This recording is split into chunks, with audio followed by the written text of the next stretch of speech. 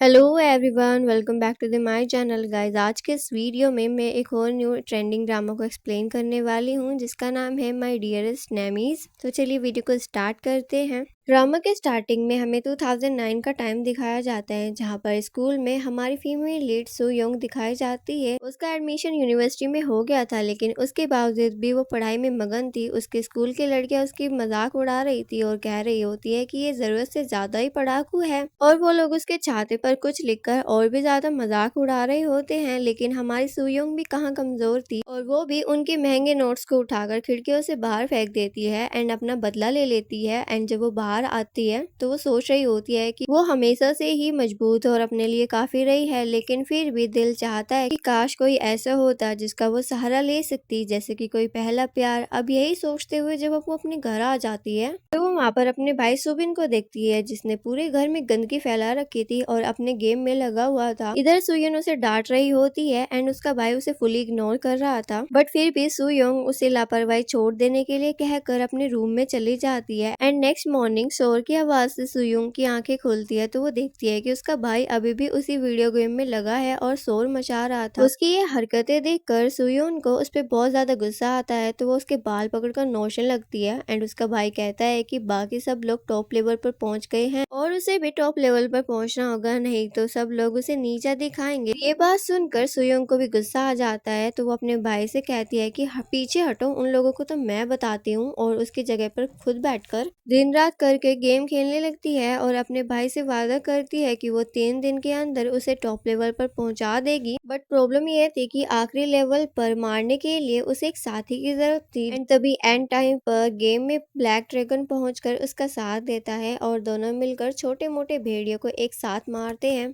और आखिर में एक साथ ही सबसे बड़े रेड वुल्फ को भी मार गिराते हैं। इस तरह दोनों में दोस्ती भी हो जाती है और वो जब दोस्त बनने के बाद ब्लैक ड्रैगन उसे अपने साथियों से भी मिलवाता है। सभी लोग एक साथ बैठकर बातें करते हैं और वो दोनों टॉप लेवल पर भी पहुंच गए थे। तभी सुयोंग उन सभी को बता देती है कि वो अपने भाई की आईडी से गेम खेल रही थी, वरना असलियत में वो एक लड़की है। तो बाकी सब हंसते हुए सुयोंग और ब्लैक ड्रैगन की जोड़ी बना देती है, जिस पर सुयोंग भी हंस पड़ती है और उसे उम्मीद पैदा होने लगती है कि अब शायद उसे भी पहला प्यार मिल गया है। एंड सू योंग उसे गेम में अपनी एज 19 बताती है और इधर ब्लैक ड्रैगन उसे अपनी एज 22 बताता है और दोनों अपने बारे में काफी कुछ शेयर करते हैं। फिर सू योंग उसे बताती है कि उसकी मॉम के मरने के बाद वो ही अपने भाई का ख्याल रखती है और कोई भी अगर उसे नीचा दिखाता है तो वो उसे बर्दाश्त नहीं करती। और इधर ब्लैक ड्रैगन की लाइफ में भी कोई नहीं होता, ना ही उसके माँ बाप, ना ही उसका कोई बहन भाई था, और इन दोनों की जिंदगी काफी अधूरी थी। इसलिए वो एक दूसरे को वादा कर लेते हैं कि वो एक दूसरे का सहारा बनेंगे ताकि उन्हें अकेलापन महसूस ना हो। और वो दोनों काफी देर तक अच्छी अच्छी बातें करते हैं और अपनी दोस्ती को गहरी बनाते जा रहे थे।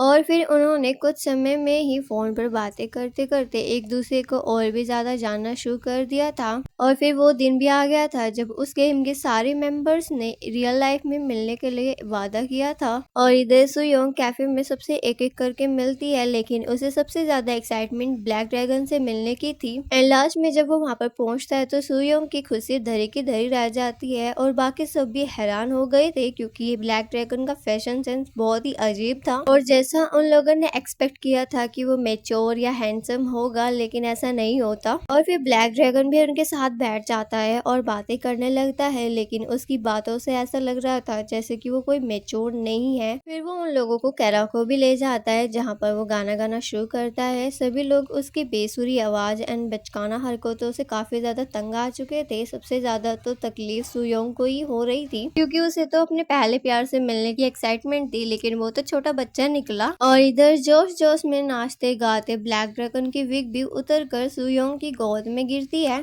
अब ब्लैक ड्रैगन का झूठ पकड़ा जा चुका था तो वो उस पर बहुत गुस्सा करते हुए बोलते हैं कि तुमने झूठ बोला था कि तुम 22 साल के हो, तुम तो मुझसे भी छोटे हो। और वो उसे धोखेबाज और झूठा बोलकर वहां से निकल जाती है। बट ब्लैक ड्रैगन उसके पीछे जाता है और उससे माफी मांगता है अपने झूठ बोलने के लिए और उसे बताता है कि उसने अपनी उम्र सिर्फ इसलिए छुपाई ताकि कोई उसका मजाक ना उड़ाए। भले ही उम्र 15 साल है मगर प्यार तो सच्चा है ना। एंड वो उसे सबके सामने ही प्रपोज कर देता है, बट सू योंग उसे रिजेक्ट कर देती है और उसकी खूब बेइज्जती करने के बाद वहाँ से चली जाती है। और फिर कुछ लोग आकर ब्लैक ड्रैगन को पकड़ कर ले जाते हैं और वो अपने पहले प्यार के हाथों रिजेक्ट होने पर बहुत ही ज्यादा रोता है और घर जाकर सुयोंग भी खुद को कमरे में बंद कर रोती रही और सोच लिया कि उसे किसी और का सहारा मिल जाए। इसकी इच्छा नहीं रखनी चाहिए थी, क्योंकि सहारा पाने की कोशिश करने वाले अक्सर मुंह के बल गिरते हैं। अपने पहले प्यार की याद को डार्क मेमोरी समझकर उसने अपने आप को बदल लिया था। अब 2024 में जब वो अपने काम पर जाने लगती है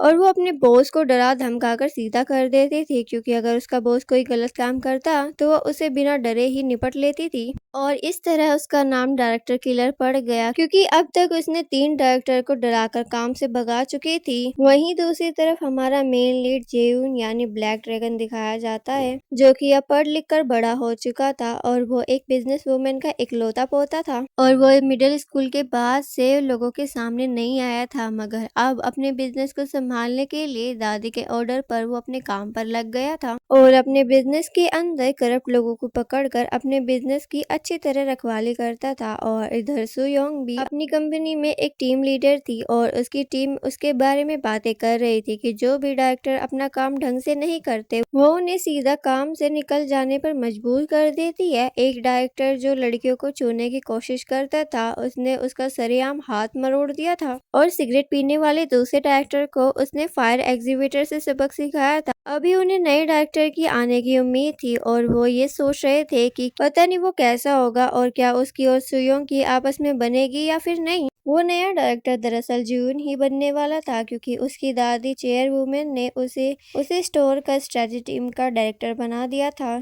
अब वो भी काम पर जाने के लिए तैयार हो गया था, मगर उसे दादी के कहने पर पब्लिक के सामने हमेशा परफेक्ट इमेज बनाकर रखनी थी ताकि सबकी नजरों में वो एक आइडल बिजनेसमैन लगे। जीवन अपनी पर्सनल लाइफ में बहुत ही अलग इंसान है जिसे कॉन्सर्ट में जाना पसंद है, बट बिजनेस वाली लाइफ में उसे ये सब कुछ छुपा कर रखना पड़ता है। और इधर सुयोंग अपने कलीग के साथ अपनी गाड़ी में होती है और उसके पीछे जोयुन भी होता है, जिसे दादी के बुलाने पर जल्दी में वहाँ पर पहुँचना था और जल्दबाजी में वो सुयोंग की गाड़ी को टक्कर मार देता है। सुयोंग गुस्से में अपनी गाड़ी से निकल कर जियोंग की गाड़ी के पास जाती है और उसे बाहर निकलने के लिए बोलती है। इधर जियोन को दादी के पास पहुंचने की ज्यादा जल्दी थी और वो अभी इन लड़ाई के चक्रों में नहीं पड़ना चाहता था, मगर फिर भी सुयोंग उससे झगड़ती है और उसे बचकर जाने नहीं देती। उसने उसका चेहरा भी देख लिया था और वो उसी के साथ उसी की गाड़ी में बैठ जाती है ताकि वो कंपनसेशन के बगैर यहाँ से बचकर ना निकल जाए। वो उसे लेकर हॉस्पिटल पहुंचता है जहाँ उसकी दादी उसका इंतजार कर रही थी और जब वो अंदर चला जाता है तो सुयोंग फिर से उसे गाली देती है। अंदर दादी जियोन से कह रही थी कि उन्होंने अपने बेटे को भी मरने से पहले उसे भी स्टोर का डायरेक्टर बनाया था। अगर जियोन इस बार मिले मौके का फायदा उठाकर मेहनत करे तो दादी की नजरों में यह बात साबित हो जाएगी कि वो उनके बेटे की जगह लेने के लायक है और इस बिजनेस को संभालने में उसकी कोई भी गलती माफ नहीं की जाएगी। जियोन भी अपनी तरफ से यकीन दिलाता है कि वो अपनी काबिलियत साबित करेगा। बाद में जब वो अपने घर आता है तो उसका एक स्पेशल कमरा भी था जहाँ पर सारी गेमिंग और खेलकूद वाली चीजें थी, जिसका उसे हमेशा से शौक था। और अगले दिन सुयोंग अपने ऑफिस के लिफ्ट में अपने कलीग से उसी कमीने की बात कर रही थी जिसने कल रात उसकी गाड़ी ठोकी थी और धोखाधड़ी करके भाग गया। जियोन भी उसी ऑफिस में पहुंच चुका था और यहाँ मौजूद हर चीज की जांच करने लगता है ताकि यहाँ पर बेहतरीन लग सके। फिर वो अपने दोस्त सिमन से उसके ऑफिस में मिलने जाता है जो कि यहाँ पर चीफ डिजाइनर है और वो डायरेक्टर बनने पर उसे कॉन्ग्रेचुलेशन बोलता है एंड बाद में अपनी पर्सनल बातें करने लगता है। जियोन का कहना था कि काम के अलावा यहाँ पर कोई और बात मत करो और उसे बाद में कहता है कि मेरे ऑफिस आना और अपने ऑफिस जाकर वो शर्ट चेंज करने लगता है क्योंकि उसके शर्ट पर दाग लग गया था। तभी सुयोंग भी उसके ऑफिस आ जाती है क्योंकि वो नए डायरेक्टर से मिलने के लिए आई थी एंड वो देखती है कि उसकी बैग पर एक ड्रैगन बना है और वो ये देखकर शॉक हो जाती है क्योंकि ये तो वही था जिसने कल रात उसकी गाड़ी ठोकी थी। अब वो इससे पहले कि वो चिल्लाती वो जल्दी से आकर उसका मुंह बंद कर देता है और वो कहता है कि तुम मेरे ऑफिस में आकर मुझे कपड़े बदलते हुए देखने आई थी टीम लीडर मिस सुयोंग। अब सुयोंग और भी ज्यादा शॉक हो जाती है कि वही नया डायरेक्टर है और कल रात भी उसने उसे बहुत भला बुरा बोला था और अब उसे एम्बेरसमेंट हो रही होती है। फिर वो ये बोलती है कि वो ऑफिस के बाहर की बातों को भूल जाए एंड काम की बातों पर ही ध्यान दे और ये बोलकर वो वहाँ से निकल जाती है। बट जियोन तो उसे अपने लिए खतरा समझने लगा था एंड इधर सुयोंग अपनी फ्रेंड के कैफे में बैठकर अपनी किस्मत को कोस रही होती है। वो अपनी फ्रेंड को बता रही होती है कि जिसके साथ वो फाइट कर रही थी कल रात वही उसका बॉस निकला एंड उसने अब तक भी गाड़ी की कंपनसेशन नहीं दिया मुझे। नेक्स्ट डे ऑफिस में जेयोन उन सभी को स्टोर की सेल बढ़ाने का गोल लेकर एंड बाकी प्रॉब्लम को सॉल्व करने का प्रॉमिस करता है। इसके अलावा वो सुयोंग को ये भी समझा देता है कि वो पिछले डायरेक्टर की तरह नहीं है।